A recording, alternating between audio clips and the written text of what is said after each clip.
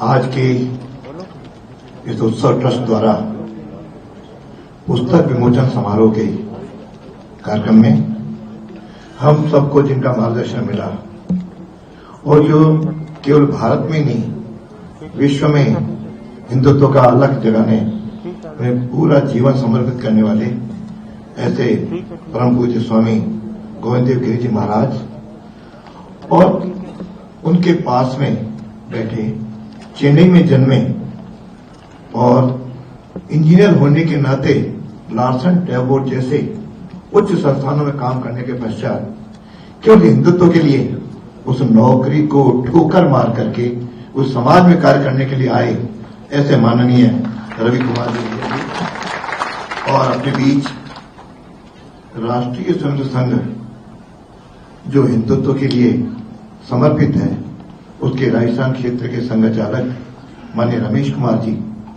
अग्रवाल और बयानी जी और इस सभागार में उपस्थित सभी मेरे राष्ट्रवाद से जुड़े भाई और बहन।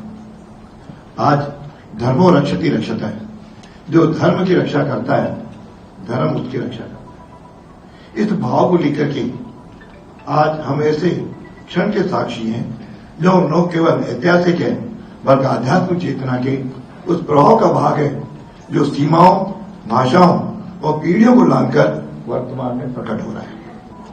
यह केवल पुस्तक इंडोनेशिया में हिंदू पुनर्स्थान केवल एक प्रकाशन नहीं है, यह एक सैकड़ों वर्षों से दबे हुए सत्य का पुनः स्मरण मात्र है। यह उस पुकार का उत्तर है जो हजारों मील दूर बाली और जावा की भूमि से आ रही है।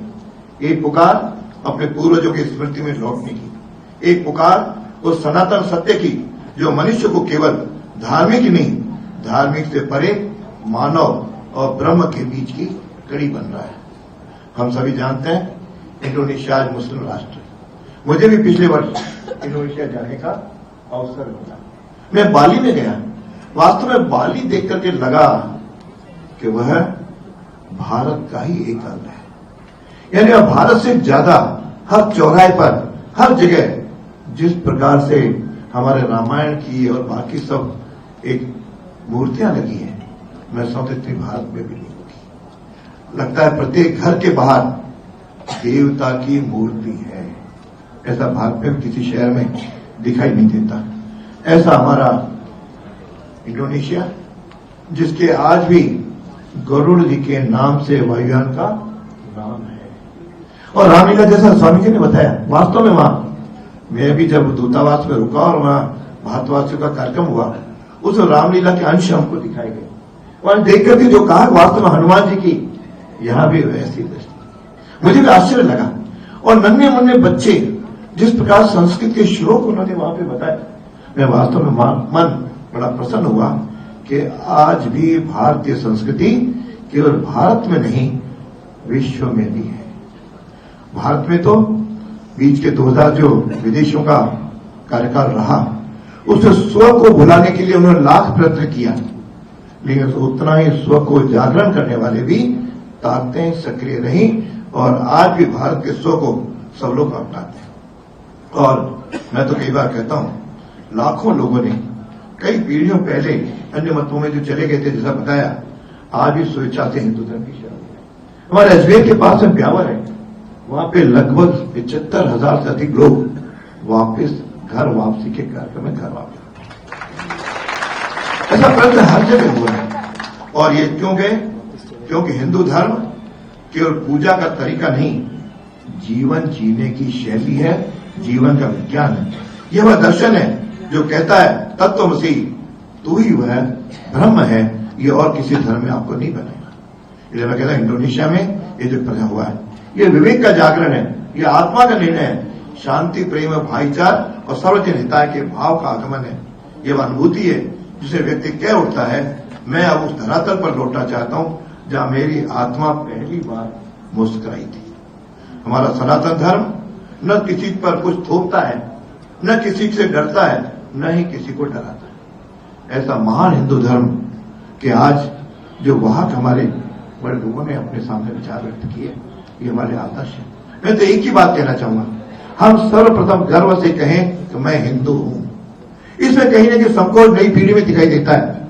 तो इसलिए दिखाई देता है हम उसको हिंदुत्व केवल कहते हैं तुम कहो, लेकिन हिंदुत्व के पीछे जो वैज्ञानिक दृष्टिकोण है यदि वह नई पीढ़ी के सामने रखेंगे तो वह भी कहेगा गर्व से कि मैं हिंदू हूं। और आज विश्व भी पहचानने लगा है कि सनातन संस्कृति एक ऐसी संस्कृति है जो विश्व के कल्याण के लिए आवश्यक है, दूसरा कोई मार्ग नहीं है।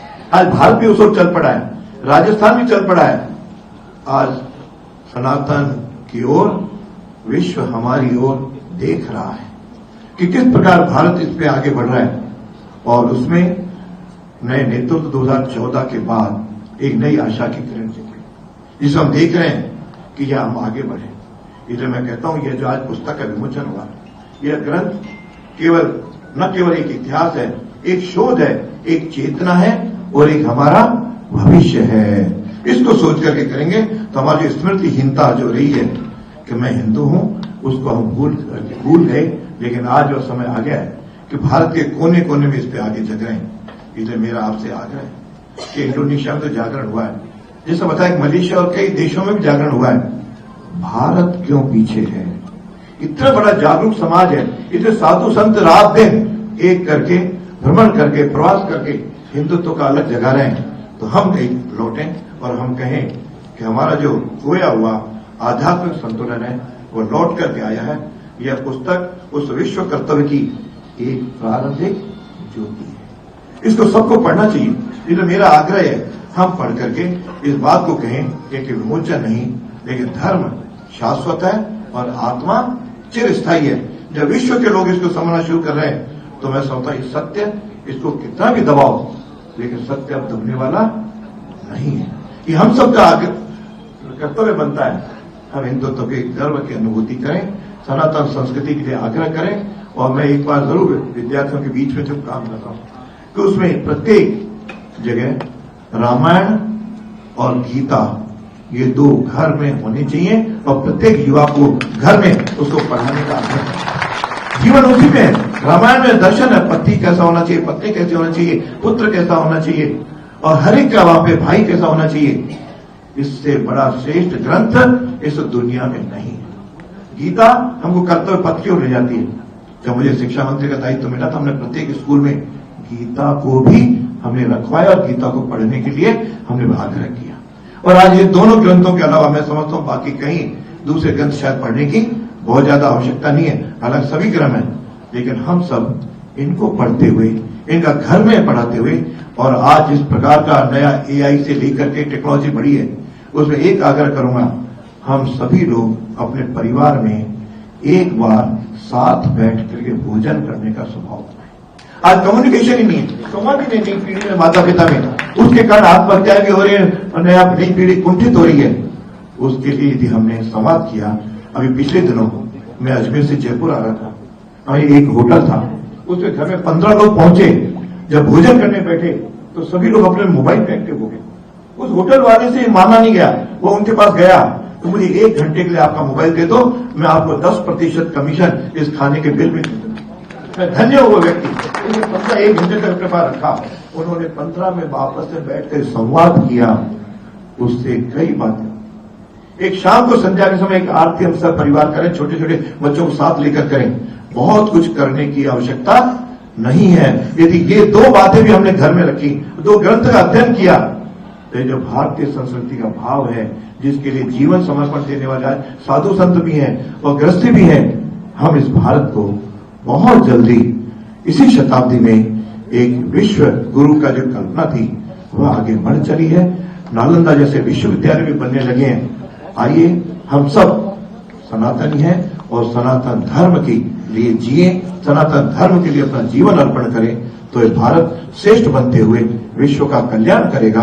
इन्हीं भावों के साथ आज ये अवसर मिला। हालांकि इच्छा थी कि दोनों महानुभावों के बोलने के बाद कोई विषय बचता नहीं है, लेकिन आदेश था कोई शब्द आपके सामने रखने का सौभाग्य मिला।